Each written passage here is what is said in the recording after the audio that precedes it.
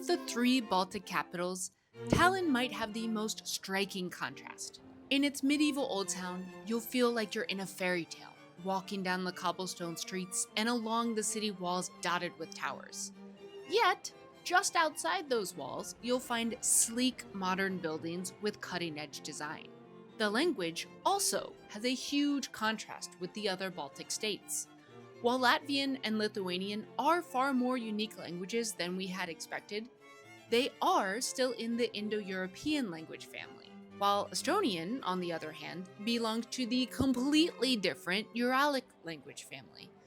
And boy, does it ever look and sound different. We also had something to celebrate while we were here, Frodo's birthday. We marked it with one of those classic touristy Tallinn experiences, the kind of thing you just can't skip, even if it's a little cliche, because, well, it's fun.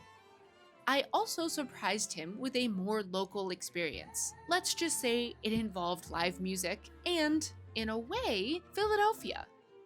With 3 full days, we had time to enjoy the charm of the Old Town, soak up the city's modern creative energy, and savor some local foods and beverages. Walking through Tallinn's Old Town, you really feel as though you've just stepped back in time. And in a sense, you have. It's one of the most intact medieval old towns in Europe, which is why UNESCO added it to its World Heritage List in 1997. Seriously, could it be more charming? Look at this!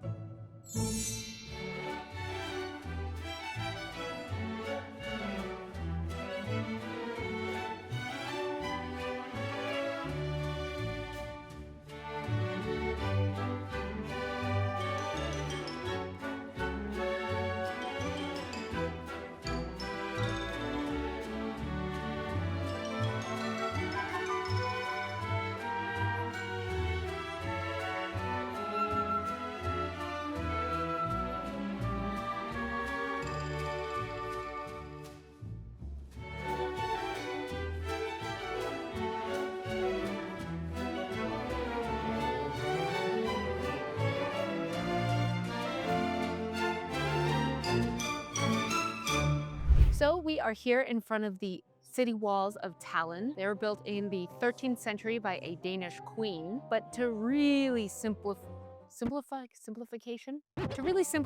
the history of Estonia, I want to go through the timeline really, again, majorly simplified. If you want to learn more, or if you're going to come to Estonia, please go on a tour and learn from an expert, or, do some Googling. So generally speaking, we start out with ancient Estonia, back when it was pagan tribes and they're peacefully living here on their own. And then the Danes show up, they take over, they build the city walls, the queen, and then after that, part of the country or part of this region becomes controlled by the Livonian Knights, which I believe are German.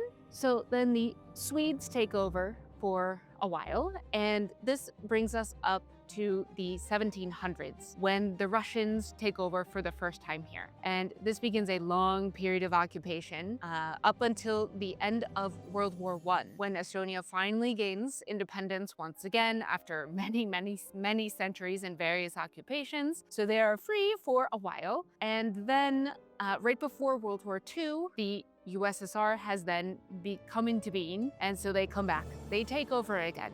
And that's a short occupation, because then of course it's World War II who comes in. The Nazis come in and take over for I think it's 3 years or so, 1941 to 1944. And after World War II ends, or towards the end of the war, I should say, I guess it wasn't technically over yet, the USSR comes back and occupies once again. And then the Estonians finally get independence again after the Soviet Union collapses. And so that's 1991 when they formally declare independence. And so they've been independent for, 34 years now? So technically this country is slightly younger than me, which is pretty strange. But fingers crossed, they're able to continue maintaining this period of independence forever, hopefully. So our plan for later is to walk on the city walls. I guess not right here. Well, yes. So there is a part where you can go walk along the city's walls, so we're gonna check that out.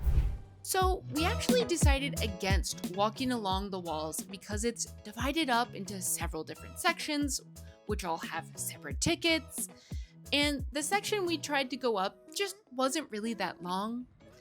In our opinion, the view from the tower at St. Olaf's Church was a much better value since you got a panoramic view from a much higher point.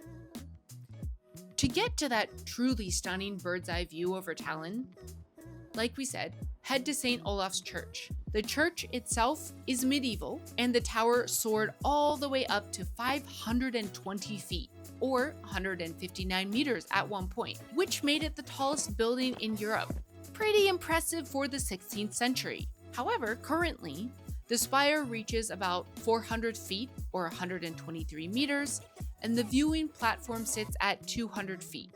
And yes, you have to climb a spiral staircase all the way up to the top, to which my recently developed claustrophobia said, no, absolutely not.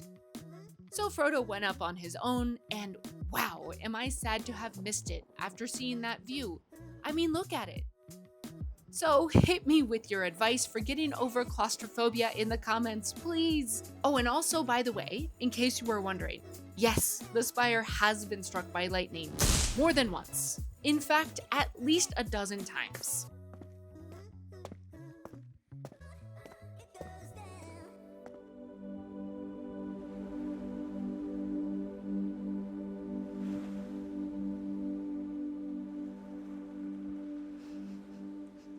I knew that was you. If you've been doing any research on Tallinn, you've probably come across photos or videos of these creepy guys. Definitely Dementor vibes. One might assume they're based on some kind of story or local legend, but nope, apparently a wealthy guy just decided Tallinn needed some more statues and paid for these guys to be put up. I will say though, they do certainly add to the medieval feel of the city. And who can resist a photo op with them? Not Frodo. All right, so we are here in front of, you can probably tell by the domes, a Russian Orthodox church in Tallinn. And interestingly enough, it is directly in front of the Estonian Parliament building, which naturally has an Estonian flag and a Ukrainian flag hanging from it. So what is this still doing here? Why have they maybe not gotten rid of it? That was considered, very much considered apparently during the first Estonian independence. The people, a lot of them having finally been freed from years of occupation by the Russian Empire, which the Russian Empire built this, of course, and then the Soviet Union, they thought about getting rid of it. However, they simply didn't have enough money, their first independence. And then afterwards, when they became independent again after the Second World War, they actually decided to keep it because, one, you can see, it's quite beautiful, actually. And there is quite a large native Russian-speaking population here. They're Estonian, but speak Russian at home. And they're some of the only Estonians that also go to church. And so this is very much so still in use today. It was built in 1900 by the Russian Empire, as I said, and they're still going to church here. You can, however, go inside for free. Note that. And it is definitely worth going inside. I had never been in a Russian Orthodox church before, so it was pretty interesting to see how ornate the inside is. I don't know if it competes exactly with the outside, but it is quite beautiful. It's definitely worth stopping in. Definitely. All right, let's go.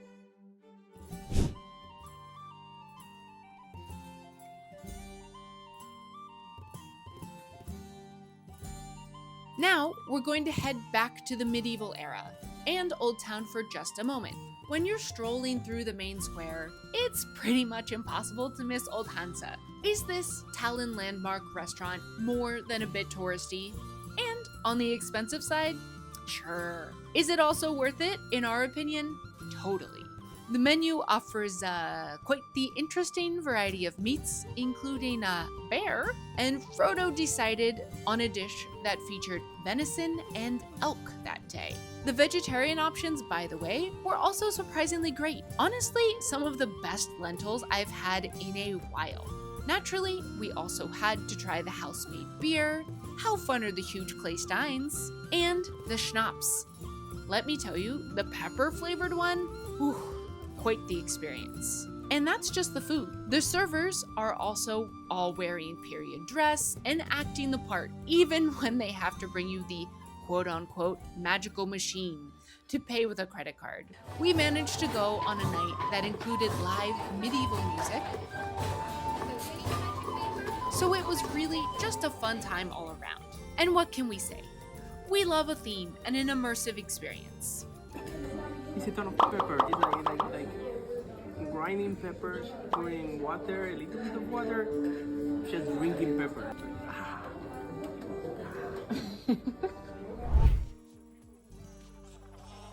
The Old Town isn't the only part of Tallinn worth visiting, not by a long shot.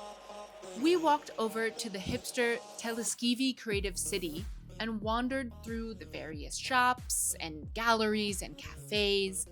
At one cafe, called the Brick Coffee Roastery, we were greeted with a challenge on the menu, a drink called kohuke, with a description that read something like, "Don't ask, just try it."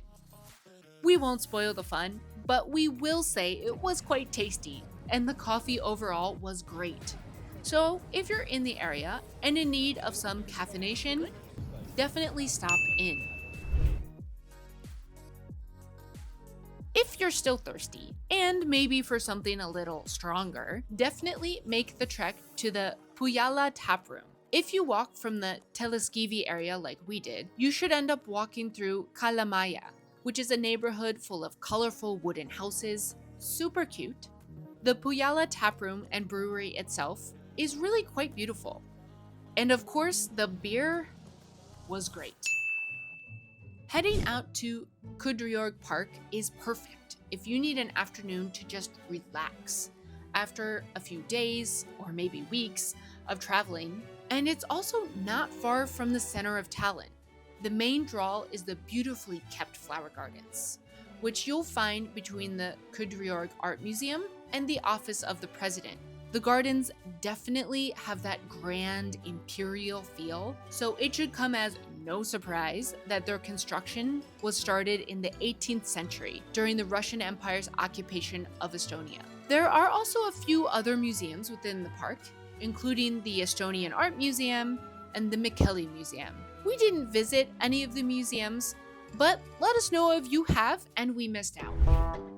And last but not least, we can't forget Frodo's birthday surprise. Frodo loves live music, especially the blues. And even better, the performance was actually on his birthday. In a even more bizarre twist of fate, the venue was called Philly Joe's Jazz Club. I lived in Philadelphia for 7 years, so I took that as a sign this was going to be a great experience. And sure enough, it was. The band was amazing.